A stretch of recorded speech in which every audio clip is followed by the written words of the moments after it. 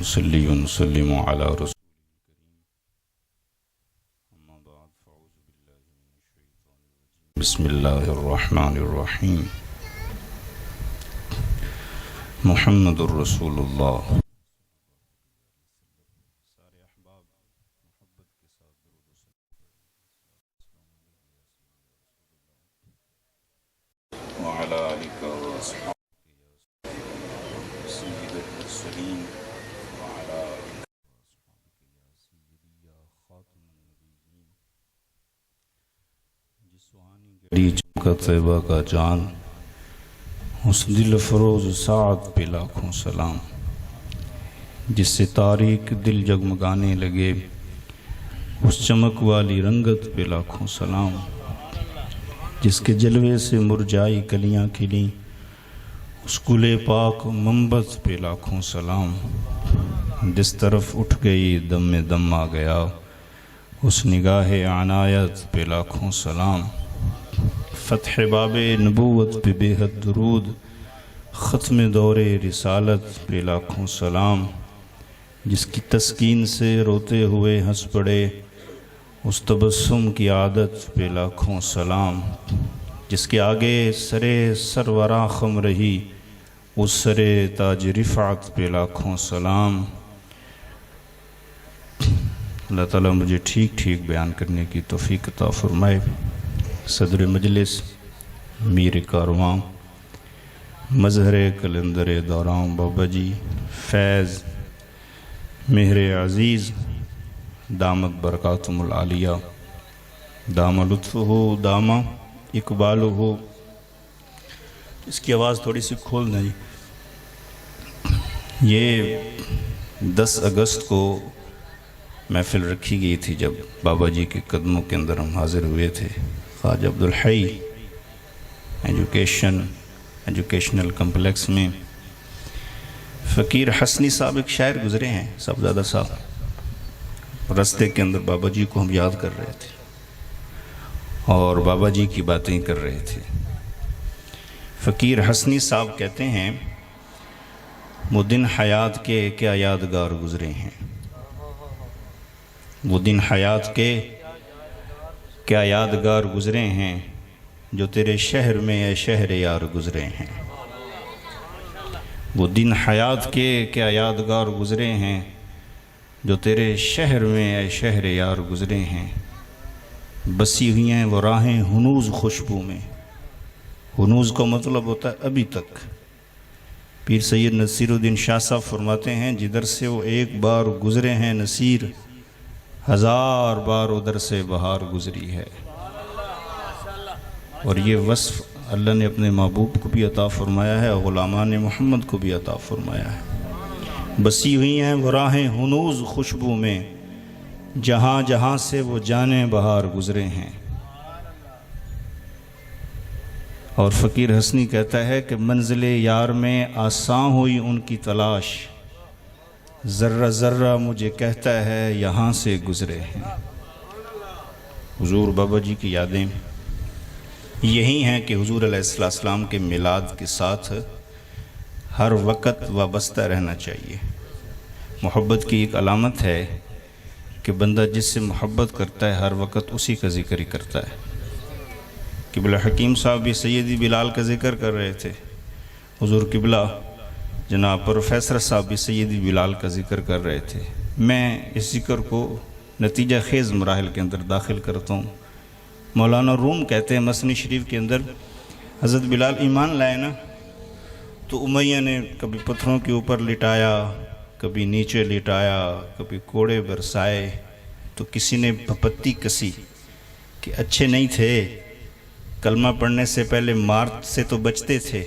آئیے رومی کا جملہ سینے کے اندر اتاریے رومی بھی رمز آشنا گزرا ہے بلال نے مسکراتے ہوئے کہا صاحب دکان سے کچا بھنڈا لے کے آؤ نا تو ٹھوکر لگا کے چیک کرتے ہو کچا یہ پکا اللہ بلال کے ایمان کے اندر ٹھوکر لگا کے چیک کر رہا ہے کہ غلام محمدی کے اندر کتنا پکا ہے اور کتنا کچا ہے اقبال نے پوری نظم ہی تراش دی اس کا ایک شعر اس پہ اکتفا کرتا ہوں جفا جو عشق میں ہوتی ہے جفا ہی نہیں ستم نہ ہو محبت میں تو کچھ مزہ ہی نہیں.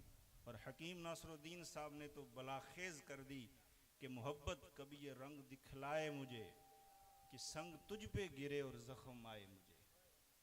اسی لیے میں اور آپ ہم وقت ان لوگوں سے محبت کرتے ہیں جنہوں نے ہمارے دامن کو، ہمارے ہاتھ کو، ہماری انگلیوں کو پکڑ کر ہمیں راہ مدینہ کا مسافر بنا دیا ہے. ابھی ہمارا ایک نمازی تھا، اس کے گھر کے اندر مختصر نشست تھی، تو میں آج ایک آرٹیکل چوئی صاحب یونیورسٹی کا پڑھ رہا تھا، صاحبزادہ صاحب، ایتھوپیا کی یونیورسٹی کا آرٹیکل تھا میلاد شریف کے حوالے سے. تو اسسٹنٹ پروفیسر نے اپنے پی ایچ ڈی کے اسٹوڈنٹ سے پوچھا کہ اگر اس وقت تمہارے سامنے حضور آ جائے تو کیا کرو گے؟ اس نے کہا پہلے تو میں اس قابل ہوں ہی نہیں. کہا میں نے سوال پوچھا ہے، پی ایچ ڈی کا تو منطق اور فلسفے کا بندہ ہے، تھیسس کے مراحل کے اندر ہے، مجھے جواب چاہیے. یہ کون سا بچگانا جواب ہے جی؟ مجھے جواب چاہیے. اس نے آنکھیں موندی، اس نے کہا جب حضور میرے سامنے آئیں گے نا تو میں اپنا چہرہ حضور علیہ السلام کے نالین پاک پہ رکھ دوں گا. اور اس پہ شاعر نے بڑا خوبصورت کہا ہے حکیم صاحب کہ قدموں میں جبی کو رہنے دو، چہرے کا تصور مشکل ہے، جب چاند سے بڑھ کر ایڑی ہے رخسار کا عالم کیا ہوگا. ہم جس سے محبت کرتے ہیں ہم فصلی بٹیرے نہیں ہیں، ہم موسمی نہیں ہیں. ہماری محبت ہمارا کردار ہے، ہماری محبت ہمارا قول و فعل ہے. اور بابا جی نے بغیر کسی تمثیل، بغیر کسی تکلف، بغیر کسی تصنع سے، ہم جب بھی بابا جی کے سامنے پیش ہوتے تھے وہ باتیں ہی حضور علیہ السلام کی کیا کرتے تھے.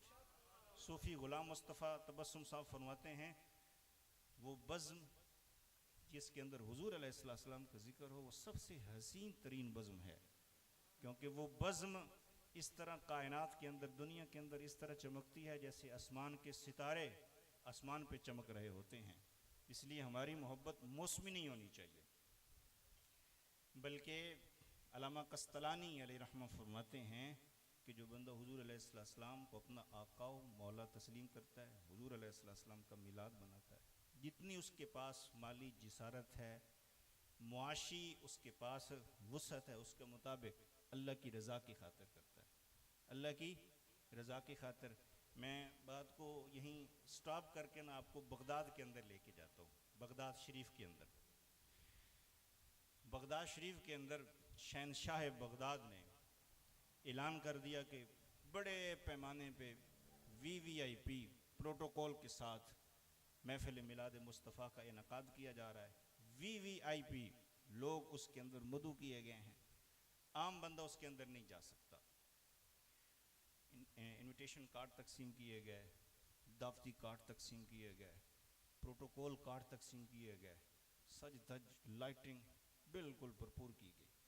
تو جس طرح چھوٹی چھوٹی کٹیاں ہوتی ہیں، ڈیرے ہوتے ہیں، چھوٹے چھوٹے وسیب ہوتے ہیں، وہاں تک بھی بات پھیل گئی کہ شہنشاہ جو بادشاہ بغداد ہے، خلیفہ وقت ہے، امیر وقت ہے، شہنشاہ وقت ہے، اس کی شہنشاہت کے اندر حضور علیہ السلام کا میلاد ہونے جا رہا ہے. تو ایک ڈیرے پہ ایک بیوہ رہتی تھی، اس کی ایک بیٹی رہتی تھی. تو ابن الجوزی علیہ رحمہ لکھتے ہیں وہ بھی اٹھے، تو ماں نے بھی اچھے کپڑے پہنے، بیٹی نے بھی اچھے کپڑے پہنے، دربان کے سامنے آ کے کھڑے ہو گئے. دربان کو کہنے لگے ہمیں بھی اندر انٹر ہونے کی اجازت دی جائے. دربان نے کہا تمہارے پاس کارڈ ہے؟ نہیں. Protocol card? نہیں. دعوتی کارڈ؟ نہیں. کسی کا وسیلہ، کسی کی سفارش، کسی کا سندیسہ پیغام کا جی کچھ نہیں ہے. اور حضور کے میلاد کے لیے یہ چیزیں ہونی بھی نہیں چاہیے. ہم حضور علیہ السلام سے محبت کرتے ہیں، ہمارے دلوں کے اندر حضور علیہ السلام کی محبت کا چراغ شمع روشن ہے، ہمیں اجازت دی جائے.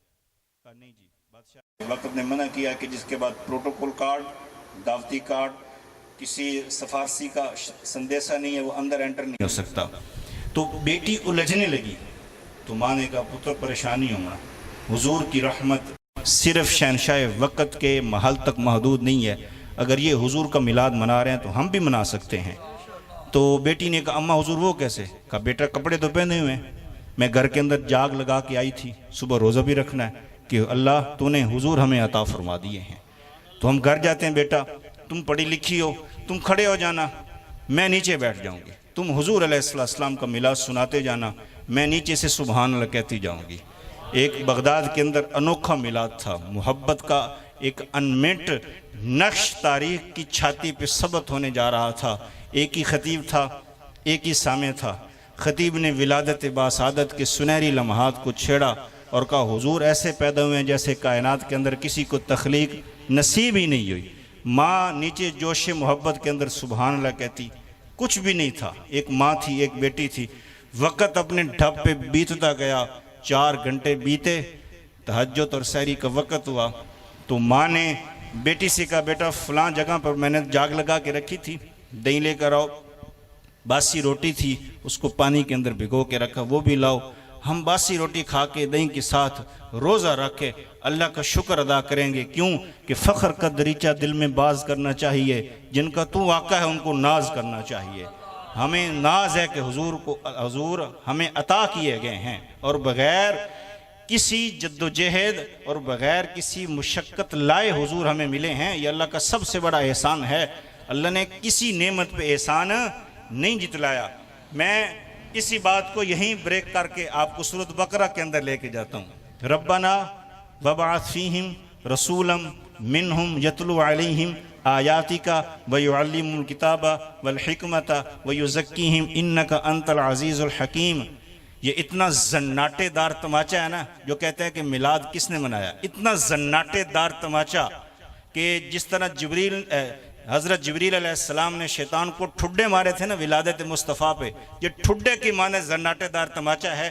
حضرت ابراہیم علیہ السلام نے خانہ کعبہ مکمل کرنے کے بعد سب سے پہلے میرے حضور کا میلاد منایا۔ ہاں جی، یہ قرآن کی تفسیر کے اندر ہے اور اس پہ علامہ بیضاوی نے حاشیہ لکھا ہے، اوریجنل ٹیکسٹ بک جو اب معدوم ہو چکی ہیں، جنہوں نے پہلے پڑھی تھی درس نظامی، بڑی درس نظامی، وہ لکھتے ہیں کہ جو نیا کام شروع کیا جائے، وہ مکان ہو، دکان ہو، نئی چیز بازار سے خرید کے لائی جائے اور اس چیز کو یہ اعادہ کرایا جائے، باور کروایا جائے کہ تو حضور کی خاطر مجھے ملی ہے، اللہ تعالیٰ اس چیز کے اندر برکت نازل فرما دیتا ہے۔ اسی لیے خانہ کعبہ تعمیر ہوا تو سب سے پہلے کیا ہوا؟ میلاد شریف ہوا۔ علامہ ابن الجوزی علیہ رحمہ فرماتے ہیں کہ بیٹی نے دروازہ کی چوکھٹ کو عبور کیا اور جاگ اٹھانے گئی تو بیٹی کی چیخ نکلی۔ جب چیخ نکلی تو ماں پیچھے دوڑی، کہ اکیلی جوان بیٹی ہے، دوڑی تو کیا دیکھتی ہے کہ حضور غوث اعظم رضی اللہ تعالیٰ عنہ ان کی کچی حویلے کی کچی چوکھٹ پہ سر رکھ کے بوسہ دے رہے تھے۔ تو دونوں مریدنیاں تھیں، کہا حضور آپ کیوں آئے؟ حکم فرماتے ہیں ہم سر کے بل چل کے آتے، آپ غوث اعظم ہیں، اہل اللہ کے جو آپ ہیں، سرتاج ہیں، سرخیل ہیں، دولے ہیں۔ تو حضور غوث پاک رو رہے تھے، فرماتے میں خود نہیں آیا بلکہ تمہارا میلاد حضور سننے آئے تھے، میں تو حضور علیہ السلام کے نالان پاک کو بوسہ دینے کا شرف حاصل کرنے آیا ہوں۔ یہ یہاں سے تقریباً 30 کلومیٹر کے فاصلے پہ ایک نعت گو شاعر ہے محمد علی ظہوری قصوری صاحب، غالباً 1993-94 کے اندر ان کا وصال ہوا ہے۔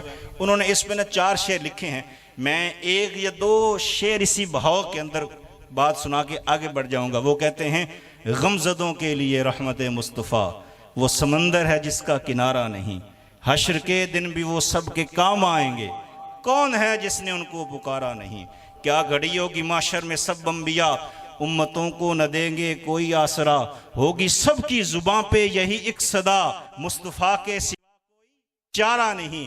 اس لیے ہماری محبت موسمی نہیں ہونی چاہیے، دائمی ہونی چاہیے، اس کے اندر دوام ہونا چاہیے، بقا ہونا چاہیے۔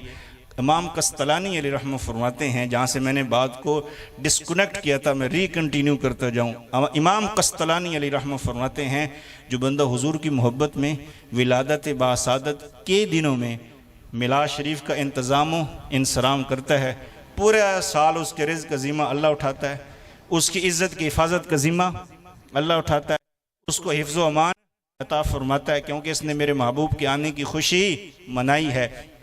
آئیے 1-2 باتیں ختم نبوت پہ اور گفتگو سمیٹ دی جائے گی۔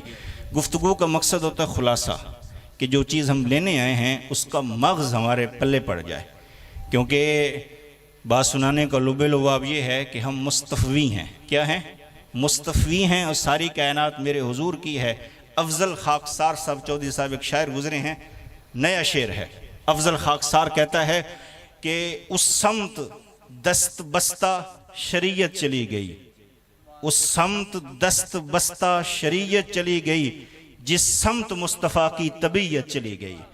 جب حضور علیہ السلام کی طبیعت، جب حضور علیہ السلام کا فیضان، جب حضور علیہ السلام کی نظر رحمت ہم پہ پڑے گی نا، تو ہمارا ہر وقت کیا گزرے گا؟ میلاد شریف کے اندر گزرے گا۔ مدینہ کا کوئی گھر ایسا نہیں تھا، جب حضور ہجرت کر کے آئے، حضور علیہ السلام 10 سال ظاہری طور پہ مدینہ شریف کے اندر ہے، آج بھی مدینہ شریف کے اندر ہیں۔ آپ تاریخ اور سیرہ کی کتابوں کا مطالعہ کر کے دیکھ لیں کہ 10 سال کے اندر مغرب اور عشاء کے درمیان جو ٹائم پیریڈ ہے، کوئی ایسا وقت کسی گھر کے اندر نہیں ہوتا تھا جب حضور علیہ السلام کا میلاد نہیں منایا جاتا تھا۔ آپ اندازہ فرمائیں، کوئی ایسا گھر نہیں ہوتا تھا۔ آپ اندازہ لگائیں کہ بچے نا بڑوں کے درمیان بیٹھتے ہیں جس طرح بیٹھتے ہیں، کیونکہ ہمارا مشغلہ سیاست کا ہے۔ سیاست کرنی ہے تو جو زمیندار ہے وہ زمین کی خاصیت پہ، فصل پہ، بیج پہ، ٹریکٹر پہ، ٹرالے پہ، منجی پہ، آڑت پہ بحث کرتا ہے کہ کون سا بیج لینا چاہیے اور کس آڑتی کو کس منڈی کے اندر فصل فروخت کرنی چاہیے۔ ڈاکٹر ہے وہ اپنی ڈاکٹری کے مطابق، اپنی ڈگری کے متعلق بات کرے گا، فلاسفر ہے وہ اس کے متعلق بات کرے گا۔ وہ سب کچھ تھے، ان کے اندر پڑھے لکھے لوگ بھی تھے، کاروباری حضرات بھی تھے، تاجر کمال کے حضرات تھے۔ حضرت عبد الرحمن بن عوف ٹائیکون تھے، اپنے بزنس مین، اتنے بڑے ٹائیکون تھے۔ عبد الرحمن بن عوف فرماتے ہیں میں مدینے کی مٹی کے اندر ہاتھ ڈالوں اللہ سونے کے اندر تبدیل فرما دے۔ آپ حیرت زدہ ہوں گے، کام کیا ڈیسی عبد الرحمن بن عوف اونٹوں کی گھنٹیاں فروخت کیا کرتے تھے۔ حضرت مولا کائنات سیول انجینئر تھے۔ پٹھے کی ایک اعلیٰ قسم کی اینٹ، اس کی پکائی کس طرح کرتے ہیں، اور مولا کائنات کو لوگ دکھاتے تھے کہ ہم اپنی زمین کہاں خریدیں، کون سی فصل بوئیں، یہ اس پہ کون سا مکان تیار کریں۔ یہ مولا کائنات اس کے ایکسپرٹ تھے۔ حضرت جناب صدیق اکبر، جناب عمر کپڑے کے ایکسپرٹ تھے۔ میرے حضور علیہ السلام 3 کام کیا کرتے تھے، کپڑے کی تجارت، سونے کی تجارت اور ساتھ کھجوروں کی تجارت۔ جناب قبلہ پروفیسر صاحب جب اپنا حنین فتح ہوا نا تو مال غنیمت آیا، تو علامہ بدر الدین عینی فرماتے ہیں کہ حضرت بلال کو حضور علیہ السلام نے وزیر خزانہ بنایا تھا۔ سبحان اللہ، وزیر خزانہ حضرت بلال تھا۔ تو ساڑھا وزیر خزانہ کیسا ہے کہ انہوں ویکھن نال ساڑھی بھوک بھی ود جاندی۔ اندازہ کریں، حضرت بلال کو وزیر خزانہ بنایا تھا جو کچھ نہیں پڑے ہوئے تھے۔ اور جناب عمر فرماتے ہیں جب بلال میرے پاس آتے تھے میں مصلی چھوڑ دیتا تھا، کہتا تھا سیدی بلال تشریف لا رہے ہیں۔ اور جب حضرت انس آتے تھے نا، حضرت انس، تو حضرت بلال مصلی چھوڑ دیتے اور جتنے صحابہ تھے وہ کھڑے ہو جاتے۔ ایک مرتبہ اس علامہ بدر الدین عینی فرماتے ہیں اس گروپ کے اندر نا، اس پورے وفد کے اندر، مجمع کے اندر نا، اچانک تشریف لائے حضرت عبداللہ بن جریل البجلی، نام یاد رکھیے گا۔ وہ تشریف لائے تو صحابہ کھڑے ہو گئے۔ سردار تو سب سے پہلے وہ حضرت انس کو ملے، جناب صدیق کو نہیں ملے، وہ خلیفہ تھے، جناب عمر کو نہیں ملے۔ سب سے پہلے حضرت انس کو مصافحہ کیا، پھر حضرت عبداللہ بن الجریر البجلی نے اپنا چہرہ حضرت انس کے نا قدموں کے اوپر رکھ دیا۔ سردار تھے، قبیلے کے سردار ہو، مجمع کے اندر بندہ قبیلے کا سردار کسی اپنا نوخیز، نو عمر، اپنے کم عمر شخص کے پاؤں پر، نالین پر اپنا چہرہ رکھ دے تو بات حیرت ہوتی ہے۔ تو کسی نے پوچھا جی آپ نے ان کے ہاتھ تو چوم لیے، مصافحہ بھی کیا، تو اپنا چہرہ ان کے قدموں پہ کیوں رکھا ہے؟ تو فرمانے لگے یہ قدم بڑے خوش قسمت ہیں، یہ قدم 10 سال میرے حضور کے ویڑے کے اندر رہے، ان قدموں کو 10 سال میرے حضور کے ویڑے کے اندر نوکری کرنے کا اللہ تعالیٰ نے شرف عطا فرمایا ہے، اور میں ان قدموں کو چوم کر خیرات مصطفیٰ اپنے سینے کے اندر داخل کرنا چاہتا ہوں۔ اسی لیے سیدی بلال آتے، وزیر خزانہ تھے۔ حنین کے موقع پہ نا حضرت بلال کی ڈیوٹی لگائی میرے حضور نے کہ بلال جو کچھ چاہتے عطا کر دو۔ آپ کے چاچا جانتے حضرت عباس، ان کو سونا پسند تھا، مکے کے اندر وہ سنارے کا کام کرتے تھے، صرف ان کو اجازت تھی کہ وہ حرم کے اندر گھاس اکھیڑ سکتے ہیں، حالانکہ مکے کا گھاس اکھیڑنا بھی حرام ہے، لیکن وہ خاص قسم کا گھاس تھا، اس سے سونا پالش کیا جاتا تھا۔ ان کی طبیعت کے اندر میلان تھا، وہ سونا حاصل کرنا چاہتے تھے۔ تو حضرت بلال نے گٹھڑی بھر کے ان کے سر پہ رکھی، تو گٹھڑی کے اندر وزن کم تھا، تو انہوں نے کہا جی اور ڈال دی۔ حضرت بلال نے اور ڈال دی تو گٹھڑی اٹھائی نہ گئی، تو حضور مسکرائے۔ میرے حضور نے فرمایا چاچا جان سونا بتھیرا پڑا ہے، لے جاؤ، یہ محمد عربی کے خزانے کبھی ختم ہونے والے نہیں ہیں۔ تو کسی نے حضرت بلال کو کہا کہ لوگوں کو دے رہے ہو، خود بھی لو، خود بھی لو۔ تو مولانا روم نے یہاں شعر لکھا، اس کا ترجمہ سنیں تو حضرت بلال نے حضور علیہ السلام کی طرف چہرہ کر کے کہا، فرمایا جس کو حضور مل جائیں اسے سونے کی ضرورت نہیں، جب تک تھا میرے ہاتھ میں میرے مصطفیٰ کا دامن، میرے پاؤں چومتی تھی یہی گردش زمانہ، جو دامن مصطفیٰ سے لپٹا یگانہ ہو گیا، جس کے حضور ہو گیا اس کا زمانہ ہو گیا۔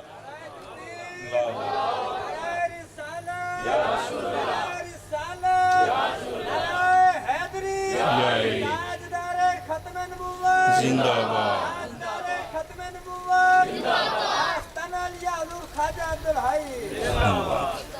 تقریباً 25 منٹ ہو چکے ہیں، 5-7 منٹ چلے صاحب، مہربانی آپ کی۔ تو اس میلاد شریف کا جو مقصد ہے وہ یہ ہے، ایک تو درود شریف کی کثرت کریں، دوسرا نماز پنجگانہ پڑھنے کی عادت اپنائیں، تیسرا جو حلال کا رزق ہے اس پہ فوکس کریں۔ ہمارے ٹھینگ موڑ کے اندر یہ وبا پھیل چکی ہے، جن لوگوں کے پاس پیسہ زیادہ ہے انہوں نے پراپر انٹرسٹ پہ بینکوں کے اندر پیسہ رکھنا شروع کر دیا۔ ایک بینک آیا ٹھینگ موڑ کے اندر، اس نے یہ لالچ دیا کہ ویریشن پرسنٹیج کے ساتھ ہم آپ کو منافع دیں گے۔ تو یہ لت بڑی بہری یعنی کہ بری ہے جو پھیل چکی ہے، تو اس لیے کاروبار بینک کے ساتھ جو بھی ہو، وہ ہمارے علماء نے فتویٰ دیا ہے وہ سود کے ضمن کے اندر آتا ہے۔ چوتھا یہ ہے کہ گھروں کے اوپر جس طرح بابا جی فرمایا کرتے تھے جھنڈے لگائیں، اپنی گاڑیوں کو سجائیں، اور گھروں کے اندر اپنی عورتوں کو، اپنی ازواج کو، اپنی ماؤں کو، بیٹیوں کو، بھتیجیوں کو حضور علیہ السلام کی محبت پہ برآمیختہ کریں۔ اور اس کا سب سے بڑا جو عملی پریکٹیکل کام ہے وہ پردہ ہے۔ وہ کیا ہے؟ پردہ ہے۔ بیٹی پردے کے قریب رہے، بیٹی موبائل سے دور رہے، بیٹی نیٹ اور ڈش انٹینا سے دور رہے۔ علامہ ابن الجوزی فرماتے ہیں کہ میں ایک تندور کے قریب سے گزرا تو ایک عورت قرآن کی تلاوت کر رہی تھی، تو میں نے اسے کہا قرآن پڑھ رہی ہو؟ تندور پہ عورتیں قرآن تو نہیں پڑھتی نا، آپ کو پتہ کیا کچھ کرتی ہیں؟ اس نے کہا بھائی میں روزانہ آتی ہوں تو گھنٹے بعد میری باری آتی ہے، تو گھنٹے بھر کے اندر میں قرآن کے 2 پارے حفظ کر کے چلی جاتی ہوں، تو 2 گھنٹے قرآن پڑھنے کے بعد میں روٹیاں جو ہیں وہ پکاتی ہوں، پکانے کے بعد میں پھر دوبارہ وضو کر کے اپنی اولاد کو روٹیاں کھلاتی ہوں۔ میں یہ کہتی ہوں کہ جو لقمہ میری اولاد کے اندر جائے وہ غلامی مصطفیٰ کا نور بھر کے اندر داخل ہو۔ تو اس لیے پہلے جو بیویاں تھیں، مائیں تھیں، ان کا ایک اسلامی پروٹوکول تھا، ایک تشخص تھا، وہ گھروں کے اندر مفقود ہوتا جاتا ہے۔ اس لیے مساجد آباد کریں۔ 5ویں گزارش یہ ہے کہ مہنگائی بہت زیادہ ہے، جو آپ کے ائمہ مساجد ہیں ان کے ساتھ کیا کریں؟ پراپر تعاون کیا کریں۔ اب تنخواہ پر وہ گزارا ممکن نہیں ہے۔ اللہ تعالیٰ نے مجھے شرف عطا فرمایا، حکیم صاحب اس کے شاہد ہیں، چوئی صاحب جب بھی عید آتی ہے میں متعلقہ مساجد کے جو صدور ہیں ان کو فون کرتا ہوں اور میں ان کے پاس جاتا ہوں کہ ہمارا جو امام بھائی ہے آپ نے پچھلی سال کی نسبت اس کی خدمت کے اندر اضافہ کرنا ہے۔ اور 7ویں گزارش مؤدبانہ یہ ہے کہ اس وقت منڈی عثمان والا کے اندر خواجہ عبدالحی علیہ رحمہ کی دہلیز پہ اس سال کا جو جلوس ہو وہ پچھلے جلوسوں کی نسبت زیادہ اور 10 گنا بڑا ہونا چاہیے۔ اور آخری روایت آپ کے سامنے گوش گزار کر کے میں گفتگو سمیٹ دوں گا۔ بابا جی کا حکم تھا اور یہ حکم میرا وجدان کہتا ہے ان کو میرے بڑے مالکوں نے عطا فرمایا تھا، کیونکہ میرے حضور کے متعلق جو بھی بات نکلتی ہے وہ حضور کے ارادے کے بغیر نہیں نکلتی۔ یہ سن لیں، ابن حجر اسقلانی علیہ رحمہ فرماتے ہیں کہ ہم اپنے متعلق، حضور علیہ السلام فرماتے ہیں ہم اپنے متعلق اگر کسی کو بات کرنے کی اذن اور توفیق دیتے ہیں ہم پہلے اس کا دل چیک کرتے ہیں، اس کی زبان چیک کرتے ہیں، اس کا سینہ چیک کرتے ہیں۔ اگر اس کے سینے کے اندر اخلاص ہے، ہماری محبت ہے، تو پھر اس زبان پہ درود شریف کے نغمے جاری ہوتے ہیں، اسی زبان پہ میلاد شریف کی باتیں جاری ہوتی ہیں، اور وہی لوگوں کو ختم نبوت کے قریب کرتے ہیں۔ ایک بڑا خوبصورت مختصر واقعہ ہے، حضرت جبیر بن مطعم رضی اللہ تعالیٰ عنہ اس کے راوی ہیں۔ حضرت جبیر بن مطعم فرماتے ہیں میں شام کا تاجر تھا، میں اکثر شام ہی رہتا تھا اور شام کی جتنی منڈیاں تھیں وہ میری دیکھ بھالی تھیں۔ حضرت جبیر بن مطعم فرماتے ہیں جس ماحول، جس علاقے کے اندر جس وقت حضور علیہ السلام نے اظہار نبوت کیا اظہار نبوت حجت کے طور پہ حضور علیہ السلام نے 40 سال کے بعد کیا ہے، لیکن مسلم شریف کی روایت ہے حضور علیہ السلام ارشاد فرماتے ہیں کائنات کی تخلیق سے 50,000 سال پہلے اللہ نے یہ لکھ دیا تھا کہ محمد رسول اللہ خاتم النبیین ہیں۔ بلکہ حضور فرماتے ہیں ابھی آدم کی مٹی ہی تخلیق نہیں ہوئی تھی، بنی نہیں تھی، گوندی نہیں گئی تھی، میں اس وقت بھی اللہ تعالیٰ کی نظر قدرت کے اندر کیا تھا؟ پہلا اور آخری نبی تھا۔ حضرت جبیر بن مطعم فرماتے ہیں مجھے توریت کا علم بھی تھا، انجیل کا علم بھی تھا۔ میں جب شام کے اندر انٹر ہوا تو جو بڑا پادری تھا، عام طور پہ پادری جو ہوتے ہیں نا بڑے پادری، وہ عام بندے کو نہیں ملتے۔ جبیر بن مطعم فرماتے ہیں اس پادری نے مجھے بلایا، بلانے کے بعد ایک بہت بڑا ہال تھا، اس کے اندر لے گیا، تصویریں لگی ہوئی تھی۔ کہا تم جانتے ہو جبیر کہ جس نبی نے اظہار نبوت کیا؟ میں نے کہا جی میں جانتا ہوں۔ نام سے بھی واقف ہو؟ جی نام سے بھی واقف ہو۔ ان کے حالات سے؟ جی حالات سے۔ ان کے کردار سے؟ جی کردار سے۔ 40 سال انہوں نے ہمارے درمیان گزارا ہے۔ تو کہا جی تصویریں دیکھو۔ حضرت جبیر بن مطعم فرماتے ہیں میں نے تصویریں دیکھیں تو میں نے کہا ان میں سے کوئی بھی نہیں ہے۔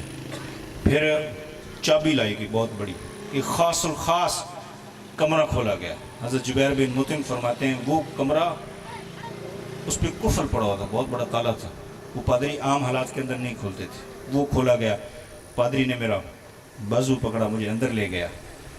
میں دیکھتا ہوں کہ سارے انبیاء کرام اپنی کرسیوں پہ تشریف فرمائے۔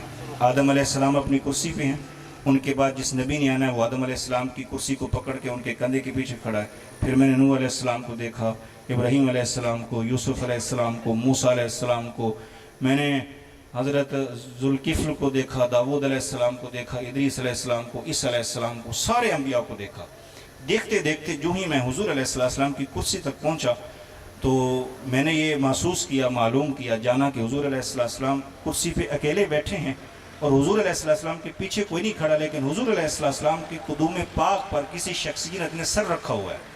میں نے پادری سے کہا کہ جتنے نبی آ چکے ہیں اور جنہیں بعد میں آنا تھا آدم علیہ السلام کے بعد، ہر نبی نے اپنے سے پہلے گزرنے والے نبی کی کرسی کا پچھلی والی سائڈ اس کو پکڑا ہوا ہے، کندھے پہ ہاتھ ہے، لیکن حضور علیہ السلام اکیلے بیٹھے ہیں، ان کے پیچھے کوئی اور نہیں ہے۔ اور حضور علیہ السلام کے قدوم پاک پہ جس شخصیت نے سر رکھا ہوا یہ کون ہے؟ آئیے پادری کے الفاظ سنیے۔